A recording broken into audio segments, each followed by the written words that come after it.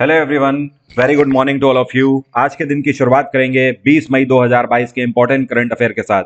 हर एक क्वेश्चन आपके लिए इंपॉर्टेंट है, इसलिए वीडियो ध्यान से देखिएगा। पीडीएफ और टेलीग्राम दोनों का लिंक मैंने वीडियो के डिस्क्रिप्शन बॉक्स में दिया है, तो आप दोनों को अवेल कर लीजिए डिस्क्रिप्शन से। तो चलिए स्टार्ट करते हैं आज का वीडियो। और पहला क्वेश्चन है आज का, ये पहले ऐसे फॉरेनर या फिर पहले ऐसे ब्रिटिश क्लाइंबर कौन बन गए हैं जिन्होंने माउंट एवरेस्ट की चढ़ाई 16 बार करी है? तो इनका नाम है कैटन कूल। क्या नाम है? Cation cool. अब देखिए, यहां पर एक चीज ध्यान रखना, दो तरीके के क्वेश्चन आपसे पूछे जा सकते हैं। आपसे पहला क्वेश्चन यह पूछा जा सकता है कि पहले ऐसे फॉरेनर कौन बन गए हैं जिन्होंने माउंट एवरेस्ट की चढ़ाई सबसे ज्यादा बार करी है। तो अगर देखा जाए पूरे वर्ल्ड में, तो इनसे ज्यादा बार चढ़ाई करने वाले सिर्फ एक ही व्यक्ति हैं, और वो हैं कामी रीता शेरपा। और कामी रीता शेरपा कहां से बिलोंग करते हैं? ये नेपाल से बिलोंग करते हैं। और माउंट एवरेस्ट कहां पर है? माउंट एवरेस्ट भी नेपाल में है। तो अल्टीमेटली देखा जाए कि कामी रीता शेरपा को अगर हम छोड़ दें, तो नेपाल के बाहर के जितने भी लोग हैं वो सब यहां पर फॉरेनर एज ए कंसीडर किए जाएंगे। तो कामी रीता शेरपा को हटा के कैटन कूल दुनिया के पहले ऐसे व्यक्ति बन गए हैं जिन्होंने 16 बार माउंट एवरेस्ट की चढ़ाई करी है। और कामी रीता शेरपा ने 26 बार चढ़ाई करी है माउंट एवरेस्ट की। कैटन कूल ने अभी हाल ही में एक व्यक्ति का रिकॉर्ड तोड़ा है। इनका नाम है डेव हैन। क्या नाम है? डेव हैन। और ये एक अमरीकी हैं। इन्होंने 15 बार माउंट एवरेस्ट की चढ़ाई करी थी। अगला क्वेश्चन है, अभी हाल ही में रॉयल इनफील्ड के नए सीईओ के रूप में ईचर मोटर्स के द्वारा किसको अपॉइंट किया गया है? ईचर मोटर जो है ये रॉयल इनफील्ड की पेरेंट ऑर्गेनाइजेशन है, और इसके द्वारा रॉयल इनफील्ड के नए सीईओ के रूप में अभी हाल ही में अपॉइंट किए गए हैं बी गोविंद राजन। क्या नाम है? बी गोविंद राजन। और ये रॉयल इनफील्ड में 23 साल से काम कर रहे हैं। और रॉयल इनफील्ड की अगर बात करें तो इस कंपनी की स्थापना 1955 में करी गई थी। इसका हेडक्वार्टर है चेन्नई। अगला क्वेश्चन है, 44वां संस्करण चेस ओलंपियाड 2022 का कौन सा देश होस्ट करेगा? तो इस बार इसका आयोजन किया जाएगा भारत में। ऐसा पहली बार हो रहा है जब भारत चेस ओलंपियाड को होस्ट करने जा रहा है। यहां पर तीन चीजें आपको ध्यान रखनी है। पहली चीज ये कि चेस ओलंपियाड 2022 का कौन सा संस्करण होगा? 44वां होगा। दूसरी चीज, कहां पर आयोजित किया जाएगा? भारत में आयोजित किया जाएगा। तीसरी चीज, भारत में कहां पर किया जाएगा? तो ध्यान रखिए, तमिलनाडु में इसका आयोजन किया जाएगा। और इसकी शुरुआत होगी 28 जुलाई से इस साल, और ये चलेगा 10 अगस्त तक। और इसका ऑर्गेनाइजेशन जो है ये फिडे के द्वारा किया जाएगा, जिसको हम लोग बोलते हैं इंटरनेशनल चेस फेडरेशन। और अल्टीमेटली चेस के क्षेत्र में इससे बड़ा टूर्नामेंट पूरे वर्ल्ड में कोई नहीं है। नेक्स्ट क्वेश्चन है, अभी हाल ही में एक ई बुक लॉन्च करी गई है जिसका नाम है civil list 2022 of IAS officer. जाहिर सी बात है, नाम से ही आपको समझ आ रहा है 2022 सत्र के जितने भी आईएएस ऑफिसर्स हैं उन सभी की लिस्ट जारी करी गई है। और ये ई बुक फॉर्म में जारी करी गई है किसके द्वारा? तो इसको minister of state Jitendra Singh के द्वारा जारी किया गया है। जितेंद्र सिंह इस टाइम पे public grievance and pension department के मिनिस्टर ऑफ स्टेट हैं। ध्यान रखिए, ये जो सिविल लिस्ट 2022 जारी करी गई है ये पहली बार नहीं है। इससे पहले ये हर साल जारी करी जाती रही है। ये 67वां संस्करण था इसका जो जारी करी गई है।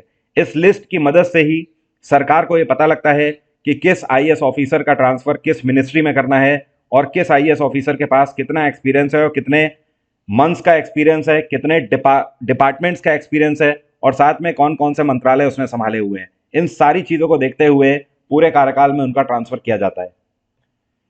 नेक्स्ट क्वेश्चन है, अभी हाल ही में एक बुक पब्लिश करी गई है। बेसिकली ये एक नॉवेल है जिसका नाम है अ प्लेस कॉल्ड होम। ये किताब किसके द्वारा लिखी गई है? तो इस किताब को लिखा है प्रीति शेनॉय ने। किसने? प्रीति शेनॉय।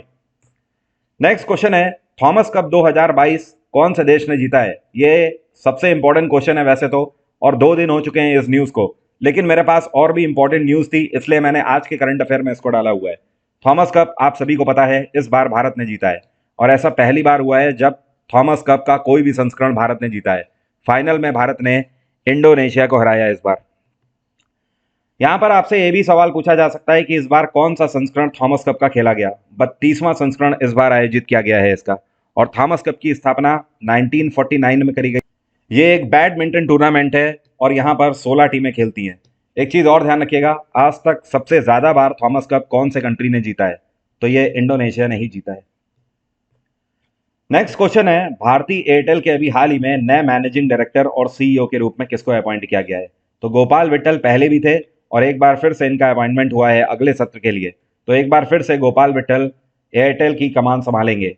भारतीय एयरटेल की स्थापना 1995 में करी गई थी। इसका हेडक्वार्टर है नई दिल्ली। अगला क्वेश्चन है, ये कौन से भारतीय हैं जिनको अभी हाल ही में अमेरिका के नेशनल एकेडमी ऑफ साइंसेज में मेंबर के रूप में इलेक्ट किया गया है? तो जो आपको पिक्चर में दिख रहे हैं, ये हैं डॉक्टर कमल बावा। क्या नाम है? डॉक्टर कमल बावा। और ये पीएचडी स्कॉलर हैं और इन्होंने डॉक्टरेट करी हुई है एनवायरनमेंट क्षेत्र में। इसके अलावा ये एमआईटी से भी पढ़ाई कर चुके हैं। एमआईटी मतलब इस टाइम पर पूरे वर्ल्ड में टॉप रैंकिंग इंस्टीट्यूट है एमआईटी, जिसको बोलते हैं Massachusetts institute of technology, America में है ये। अगला क्वेश्चन है, ये कौन से भारतीय हैं जिनको अभी हाल ही में हाईएस्ट ब्रिटिश ऑनररी अवार्ड से सम्मानित किया गया है? तो ये भारतीय हैं जो आपको पिक्चर में दिख रहे हैं, अजय पिरामल। पिरामल इंडस्ट्रीज के मालिक हैं और ये इंडस्ट्रियलिस्ट हैं। ब्रिटेन में इनका व्यापार है अच्छा खासा, और जिसके तहत भारत और ब्रिटेन के बीच में जो व्यापारिक संबंध हैं वो काफ़ी अच्छे हो चुके हैं, जिसकी वजह से अजय पिरामल को ब्रिटिश गवर्नमेंट के द्वारा हाईएस्ट ब्रिटिश ऑनररी अवार्ड से सम्मानित किया गया है। ध्यान रखिए, ये भारतीय भले ही हैं, लेकिन हाँ, इनकी कंपनी की वजह से भारत सरकार और ब्रिटिश सरकार दोनों को ही फायदा हुआ है, जिसकी वजह से इनको इस सम्मान से सम्मानित किया गया है। नेक्स्ट क्वेश्चन है, ये कौन सा राज्य है जहां पर अभी हाल ही में सुपोषित मां अभियान का दूसरा संस्करण लॉन्च किया गया है?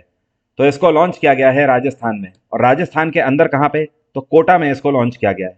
अब देखिए, सुपोषित मां अभियान जो है, इसको क्यों लॉन्च किया जाता है? इसका मेन मोटो ये है कि ऐसी माएँ जो कि बच्चों को जन्म देने वाली हैं, तो जो माँ की डाइट है वो प्रॉपर होनी चाहिए, और जो प्रेगनेंसी के दौरान डाइट लेनी चाहिए और साथ में मेडिसिन का सेवन करना चाहिए, वो सारी चीज़ें यहाँ पर मुहैया कराई जाएंगी। पहले फेज में यहाँ पर अनाउंसमेंट किया गया कि तुरंत ही 1000 प्रेग्नेंट वुमेन्स को सरकार की तरफ से अगले 1 महीने के अंदर सारे मेडिकल एग्जामिनेशन फ्री में दिए जाएंगे, उनके ब्लड टेस्ट किए जाएंगे, मेडिसिन, डिलीवरी, ये सारी चीज़ें इसके तहत कवर्ड हैं। साथ में प्रेगनेंसी टर्म के दौरान महिलाओं को जिस चीज़ों का ख्याल रखना चाहिए वो सारी चीज़ें भी इसके तहत, कैंपेन के तहत महिलाओं को बताई जाएंगी। जैसे कि प्रोटीन और न्यूट्रिशंस की कमी नहीं होनी चाहिए, कैल्शियम की कमी नहीं होनी चाहिए, आयरन की कमी नहीं होनी चाहिए, फाइबर की कमी नहीं होनी चाहिए। अगर ये सारी चीज़ों में कोई भी चीज़ कमी होती है तो वो चीज़ कहीं ना कहीं बच्चे में डिराइव्ड होकर आ सकती है और बच्चा कुपोषित हो सकता है, जिसकी वजह से सुपोषित माँ अभियान अभी हाल ही में लॉन्च किया गया है। नेक्स्ट क्वेश्चन है, अभी हाल ही में वांगरी मथाई फॉरेस्ट चैंपियन अवार्ड 2022 से किसको सम्मानित किया गया है?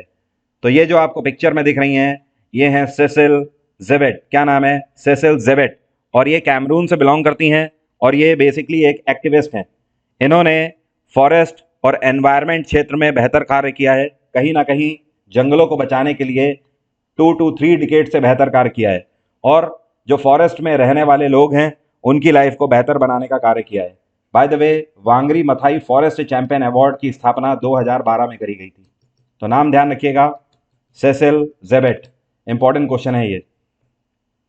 अगला क्वेश्चन है, बॉम्बे स्टॉक एक्सचेंज के अभी हाल ही में नए चेयरपर्सन के रूप में किसको अपॉइंट किया गया है? तो बीएसई के नए चेयरपर्सन अभी हाल ही में अपॉइंट किए गए हैं एसएस मुंद्रा। और ये किसकी जगह लेंगे? ये सक्सीड करेंगे विक्रमजीत सेन को। किसको? विक्रमजीत सेन। बॉम्बे स्टॉक एक्सचेंज मुंबई में है और इसकी स्थापना 1875 में करी गई थी।